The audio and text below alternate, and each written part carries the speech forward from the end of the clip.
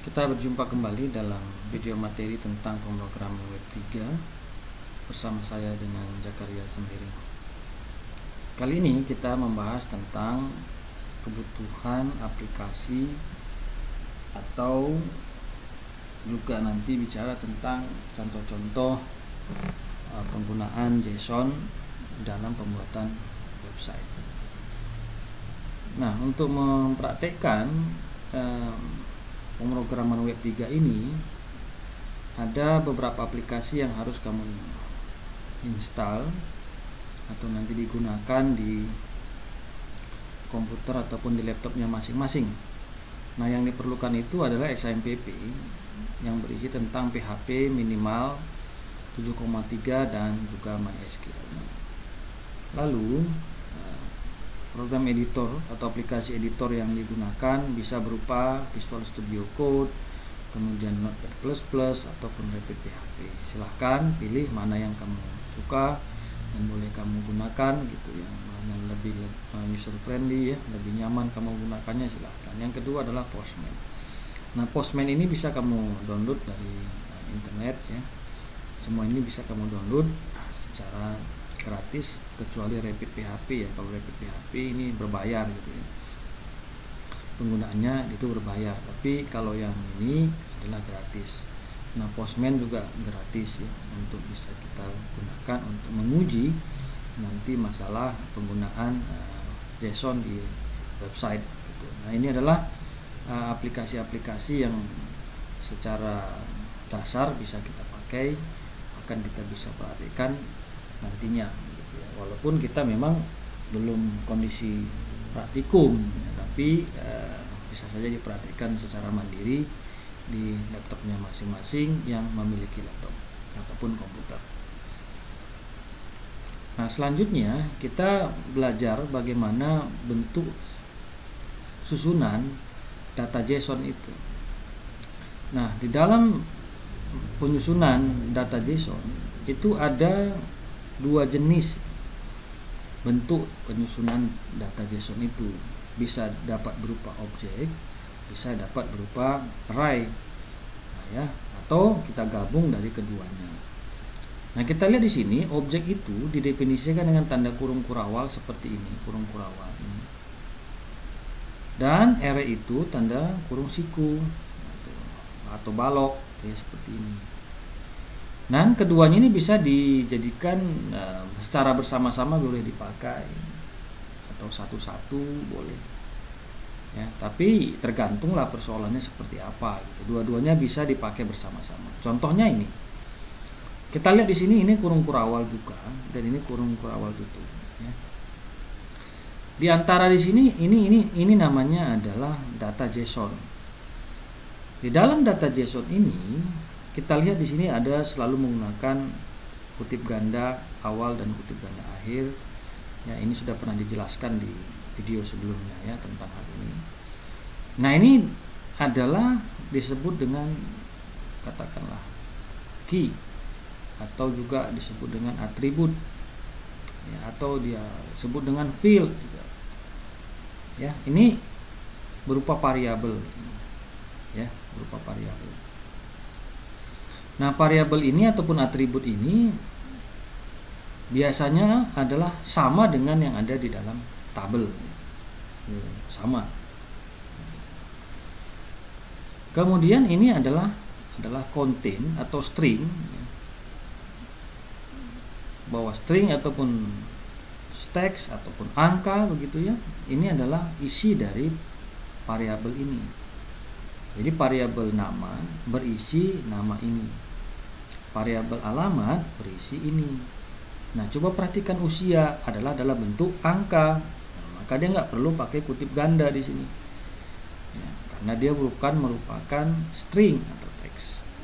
Kemudian ini ada WNI, isinya adalah true. Kenapa true? Karena dia boolean. Bisa isinya false, bisa isinya true. Jadi dua kalau boolean. Ya. Kemudian ini ada variabel hobi. Nah, variabel hobi ini ada dalam bentuk array. Nah, ini array. Karena ada kurung siku atau kurung balok. Nah, ini isinya adalah array. yaitu sekumpulan data yang banyak. Bahwa hobi itu bisa banyak isinya. Nah, itu dalam bentuk array. Jadi perhatikan di sini ya, dalam pembuatannya ya. Jadi dia dalam bentuk objek, ini objeknya secara keseluruhan, ini objek. Di dalam objek itu ada data. Di dalam data tentu ada dalam bentuk array. Nah, ini kalau ini kan data biasa, tapi kalau ini adalah data dalam bentuk array. Nah, ini sudah penggabungan, boleh dilakukan. Ya. Ini contoh bentuk penyusunan data JSON. Ya, perhatikan di sini, dan pemisahnya kan titik 2 di sini. Ya. Tidak boleh menggunakan sama dengan. Selanjutnya, nah, struktur data JSON bisa dalam bentuk array, tadi sudah dijelaskan. Contohnya seperti ini ya. Kalau kita perhatikan di awal kan ini menggunakan kurung kurawal, yaitu objek. Nah, sekarang dalam bentuk array. Di dalam array ada objek seperti ini. Ya. Boleh.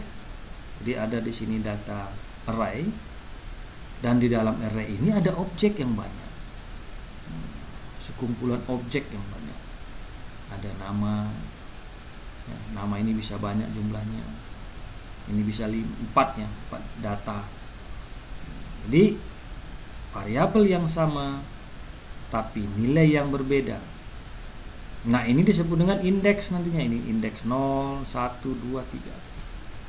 Nah, jadi struktur data JSON bisa dalam bentuk array, bisa dalam bentuk objek. Seperti ini ya. Jadi pemisahnya itu kalau kita lihat di sini kan ini kurung kurawal, dan ini adalah atributnya, ini adalah datanya ya, dan dipisahkan oleh koma di sini. Serta perhatikan yang terakhir yang nggak perlu pakai koma gitu. Ya. Jadi kalau yang terakhir ini nggak perlu pakai koma. Kalau ada koma di sini berarti ada data lanjutan di bawahnya gitu. Nah, ini bisa banyak sampai ke bawah, bisa sebanyak mungkin sesuai dengan kebutuhan. Nah, itu struktur data JSON dalam bentuk array. Nah, kemudian kita bisa memparsing. Parsing itu dalam bahasa Indonesianya itu mengurai, ya, menguraikan, parsing. Jadi dia bisa diparsing, diuraikan datanya. Struktur data JSON itu mirip dengan struktur array asosiatif pada PHP. Nah, ini sudah dipelajari sebelumnya di semester 4 ya, mengenai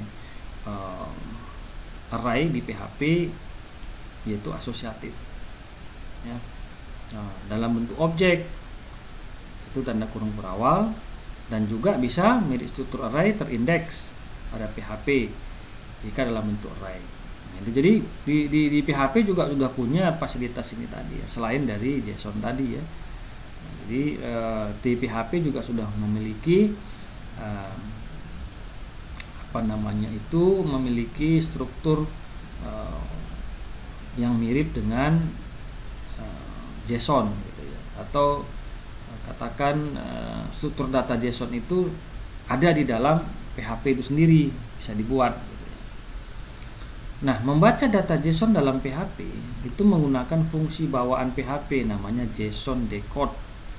Jadi untuk mengubah atau menerjemahkan data JSON ya, menjadi sebuah data di dalam PHP untuk bisa ditampilkan itu menggunakan JSON decode. Kalau misalnya mengubah data menjadi data JSON itu namanya JSON encode. Nah, itu ya harus bisa dipahami mengenai ini. Jadi ada namanya JSON decode dan juga ada JSON encode ya. Artinya data bisa dirubah ke JSON dan JSON bisa dirubah ke data biasa. Nah, kalau data JSON mau dirubah ke data biasa itu namanya JSON decode. Tapi kalau data biasa itu diubah ke dalam bentuk JSON itu namanya encode. Contoh begini ya. Katakan ini ada sebuah variabel data JSON berisi beberapa bilangan. Ini bilangannya dalam bentuk array, yaitu angka 5, 3, 4, 2, 1. Ini isi data JSON. Kemudian data JSON ini mau ditampilkan ke dalam website.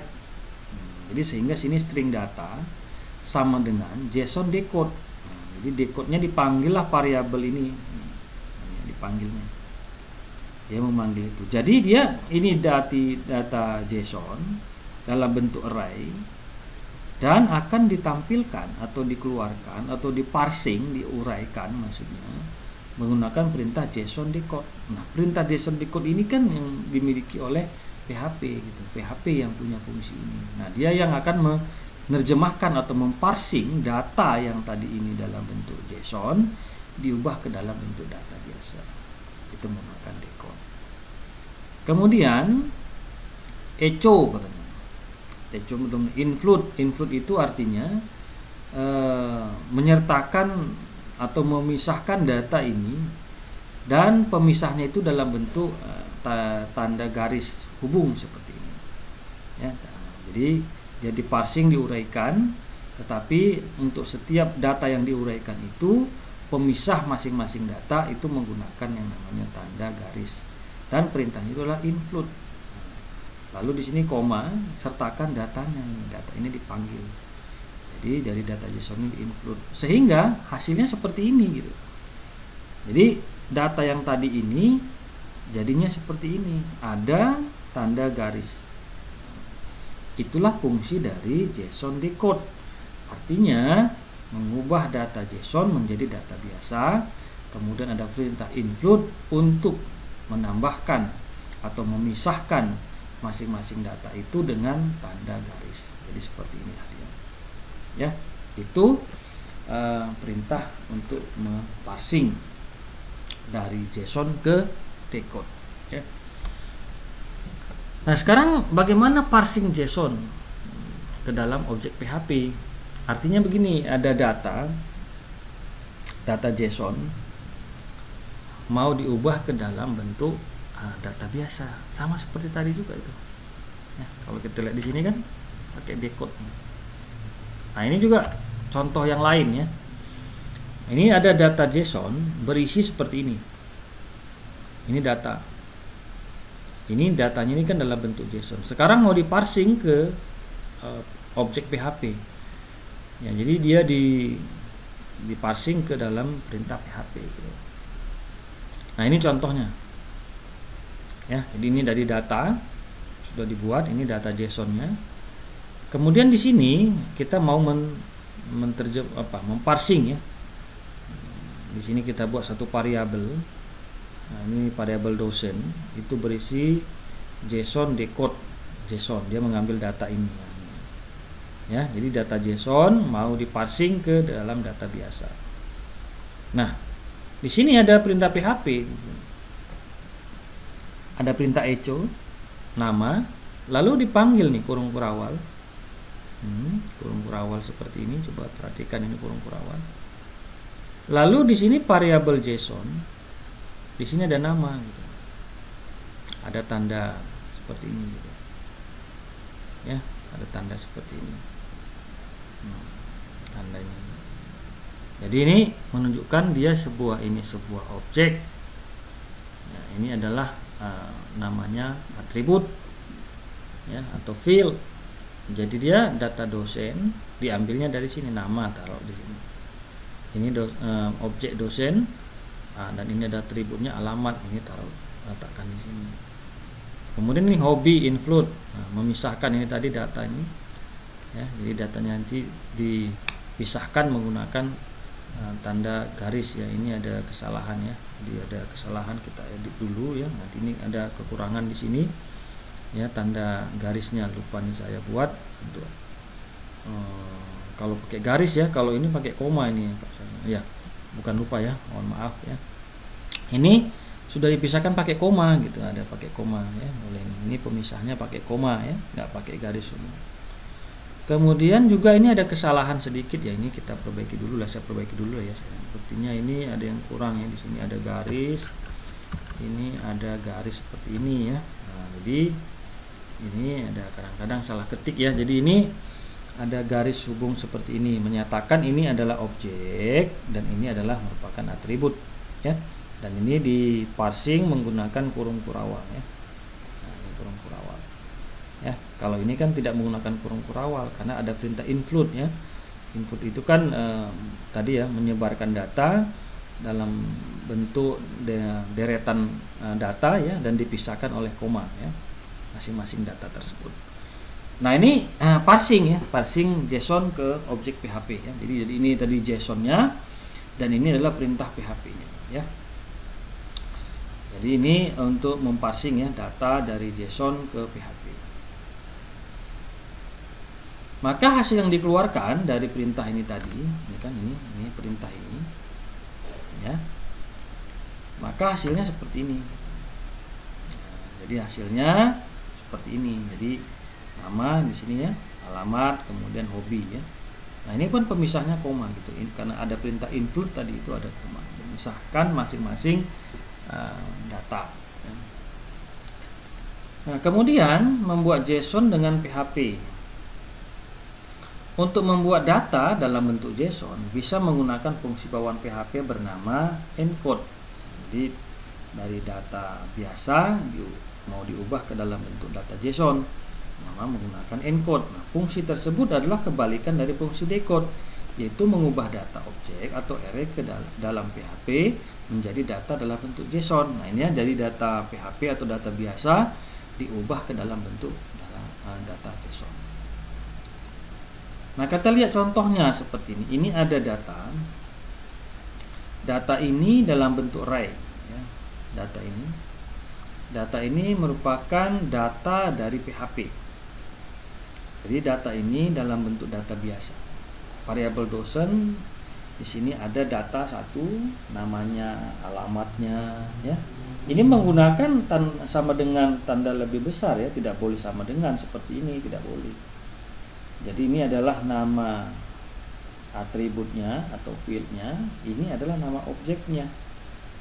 Lalu ini adalah value atau nilai dari atribut ini atau variabel ini yang dibuat tandanya seperti ini, sama dengan lebih besar.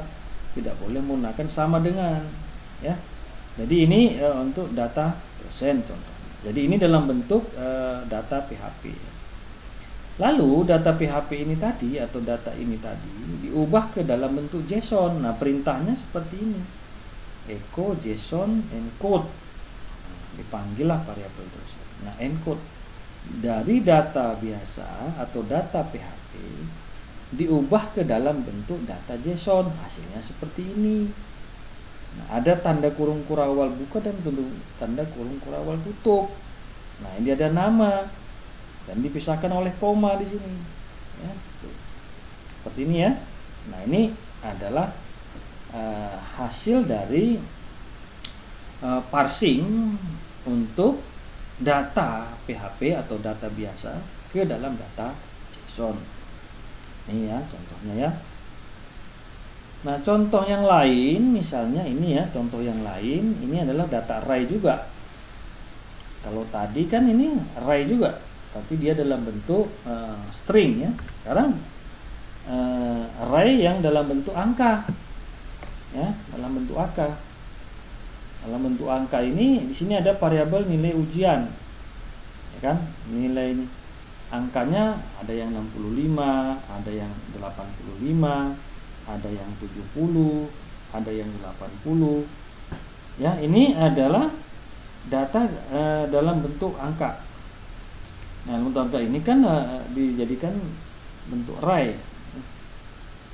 Sehingga untuk menerjemahkan ini atau memparsing data array tersebut itu menggunakan perintah echo JSON encode, dipanggil variabel ujian. Maka kodenya program ini akan menghasilkan seperti ini hasilnya. Nah, itu ya. Jadi itu untuk memparsing data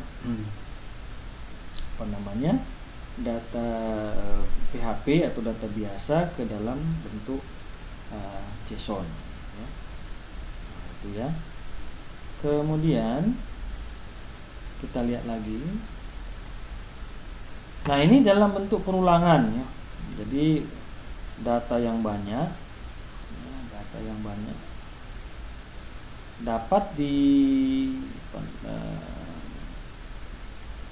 nanti ditampilkan ya, ditampilkan dengan perintah JSON encode ya. Nah, ini kita lihat datanya di sini. Data ini adalah data string. Ya, data string. Di sini ada variabel list dosen. Dalam data list dosen ini ada beberapa nama di sini. Ada 4 nama ya. Ada 4 data begitu ya. Nah, 4 data ini mau kita parsing ke dalam bentuk JSON. Nah, kita buat ini codingnya seperti ini ya, codingnya. Jadi ada coding PHP ini, list dosen berisi data ini. Tadi ini dalam bentuk objek ya, objek data. Ini dalam bentuk ini tadi kalau kita menggunakan kurung siku berarti dia dalam bentuk array ya. Ini array. Di dalam array tentu ada banyak data objek. Nah, ini menggunakan kurung kurawal ini banyak ya. Katakan ada 4 data ini. Nah, 4 data ini akan kita parsing ke dalam bentuk apa namanya ini? Dalam bentuk data biasa ya. Dalam bentuk data biasa. Jadi ya data apa namanya ini? Data JSON akan diparsing ke dalam bentuk data PHP atau dalam bentuk data biasa. Nah, data PHP ini kalau kita perhatikan di sini ada list DSN. Loh, kok bukan list dosen? Ya nggak boleh, variabelnya sama. Karena ini variabel list dosen untuk data JSON-nya. Sementara ini variabel yang menampung data dari dosen ini ya tentu tidak boleh sama variabelnya ya. Maka kita bedakan variabelnya. Variabelnya adalah list DSN sama dengan JSON decode list dosen. Jadi dia memanggil ini gitu ya. Variabel list dosen berisi data ini dan variabel yang akan diterjemahkan ini atau yang diparsing ini menggunakan variabel ini. Ya, nama variabel ini tidak boleh sama dengan ini. Oleh karena itu untuk membaca data ini dan ditampilkan menggunakan perintah for each ya. Ada for each. For each list DSN as key. Jadi variabel list dosen ini sebagai key.